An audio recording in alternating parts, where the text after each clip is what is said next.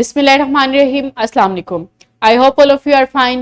I am your teacher Amna Ahmad and I welcome to all of you in my class. My dear students, as you know, we are reading about chapter 8 that is force and pressure.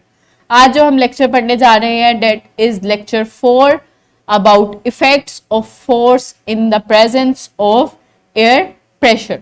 Last lecture में हमने देखा कि जो air pressure है वो क्या होता है, किस तरह से जो एयर के मॉलिक्यूल्स हैं वो प्रेशर डालते हैं और वो क्या कहलाता है, उसको किस तरह से हम मेजर करते हैं. डिफरेंट एग्जांपल से हमने देखा कि एयर प्रेशर क्या होता है. आज हम देखेंगे एयर प्रेशर की मौजूदगी में फोर्स जो है उसका क्या इफेक्ट होता है. सो उसके लिए एसएलओ देखते हैं. Examine the effects of force in the presence of air pressure. So हमने देखना है कि जो इफेक्ट है फोर्स का उसको एग्जामिन करना है हमने डिफरेंट एग्जांपल से कि फोर्स का इफेक्ट क्या होता है in the presence of air pressure. So सबसे पहले एक एक्टिविटी करते हैं. What is pressure? मुझे क्विकली बताएं कि प्रेशर क्या होता है. Yes, pressure is the force that we applied on the per unit area of object that is called pressure, जो कि फोर्स ओवर एरिया से हम मेजर करते हैं. प्रेशर का यूनिट क्या होता है? दैट इज पास्कल, जो कि किसके इक्वल है? न्यूटन पर मीटर स्क्वायर के. सो इस फॉर्म में हम प्रेशर को मेजर करते हैं इन सिस्टम इंटरनेशनल यूनिट में. So effect of force in the presence of air क्या है? जैसे जैसे जब हम कोई भी फोर्स अप्लाई करते हैं तो वो फोर्स जो है वो इफेक्ट होती है बाय एयर प्रेशर. सो जैसे जैसे एयर प्रेशर जो है वो इंक्रीज होता जाता है वैसे वैसे फोर्स भी जो है वो इंक्रीज होती जाती है. तो हम इसको देखते हैं. जैसे स्ट्रॉ की मदद से हम सॉफ्ट ड्रिंक्स पीते हैं तो उस एग्जांपल में जो फोर्स है वो किस तरह से इफेक्ट होती है in the presence of air pressure. So जो मॉलिक्यूल्स हैं हवा के वो एटमॉस्फेरिक प्रेशर डालते हैं जो सरफेस होती है ड्रिंक की उस पे, तो उसका प्रेशर जो है वो इक्वल होता है जो बिलो मॉलिक्यूल्स होते हैं लिक्विड के वहां पे भी इक्वल होता है. सो वो एटमॉस्फेरिक प्रेशर जो है वो उस लिक्विड को हेल्प आउट करता है कि वो स्ट्रॉ से ऊपर की मदद से ऊपर की जानिब मूव करता है. वो किस तरह से मूव होता है? जब हम स्ट्रॉ से अंदर की जानिब हवा खींचते हैं, जब हम उसको सक करते हैं तो क्या होता है कि स्ट्रॉ में हवा होती है और हमारे जो मुंह में हवा होती है वो रिड्यूस हो जाती है. सो उसके रिड्यूस होने की वजह से जो ये एटमॉस्फेरिक प्रेशर है वो लिक्विड पे और प्रेशर डालता है तो लिक्विड जो है वो स्ट्रॉ की मदद से ऊपर की जानिब मूव होना शुरू हो जाता है. तो इस तरह से जो एयर प्रेशर है वो इफेक्ट करता है फोर्स पे.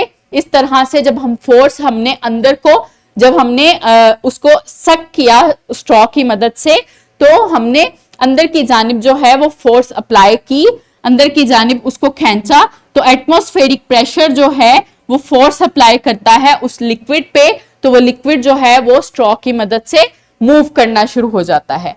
इसी तरह ही एक दूसरी एग्जांपल में जब हम एक जो ग्लास है उसमें हाफ ग्लास पानी लेते हैं तो उसके ऊपर भी एटमॉस्फेरिक प्रेशर होता है, हवा का प्रेशर होता है. तो उस पर लिड रख के जब हम उसको उल्टाते हैं तो क्या होता है, जो एयर कॉलम ग्लास के अंदर बनता है और जो ये एटमॉस्फेरिक प्रेशर जो हवा के जो मॉलिक्यूल्स होते हैं जो बाहर की तरफ से प्रेशर लगाते हैं वो ज्यादा प्रेशर लगाते हैं as compare to water molecules. तो जो लिड है वो हिलता नहीं है और पानी गिरता नहीं है क्योंकि हवा के मॉलिक्यूल जो एयर प्रेशर है वो ज्यादा लगता है उस पे और लिड जो है वो अपनी जगह पे कायम रहता है.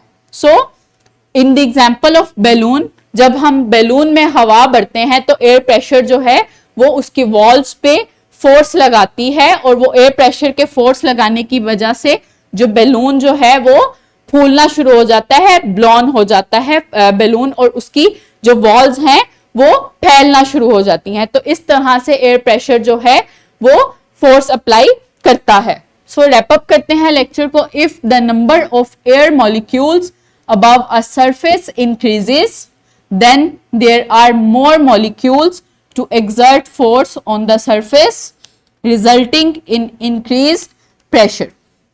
So, जब एयर मॉलिक्यूल्स जो हैं वो इंक्रीज हो जाते हैं किसी सरफेस पे, उनकी तादाद ज्यादा हो जाती है एयर मॉलिक्यूल्स की, तो ऑब्वियसली एयर प्रेशर भी इंक्रीज हो जाता है। सो जब एयर प्रेशर इंक्रीज होता है तो वो फोर्स एक्सर्ट करता है डिफरेंट ऑब्जेक्ट्स पे। लाइक हमने जो एग्जांपल्स देखी स्ट्रॉ पे, तो एटमॉस्फेरिक प्रेशर ने लिक्विड पे फोर्स अप्लाई करती है, तो उसकी मदद से उस फोर्स की मदद से ही हम स्ट्रॉ से जो सॉफ्ट ड्रिंक्स हैं वो पीते हैं। इसके अलावा वाटर और लिड की एग्जांपल हमने देखी कि ग्लास में जब हम पानी भरते हैं तो उसको जब हम उल्टाते हैं तो जो नीचे से एयर मॉलिक्यूल्स होते हैं वो ज्यादा प्रेशर एक्सर्ट करते हैं, तो जिसकी मदद से लिड जो है वो हिलता नहीं है। इसके अलावा जैसे जैसे एयर मॉलिक्यूल्स बैलून में जो है वो इंक्रीज होते जाते हैं तो उसमें एयर प्रेशर भी इंक्रीज होता जाता है और वो ज्यादा फोर्स एक्सर्ट करते हैं on the walls of balloon, और उस ज्यादा फोर्स एक्सर्ट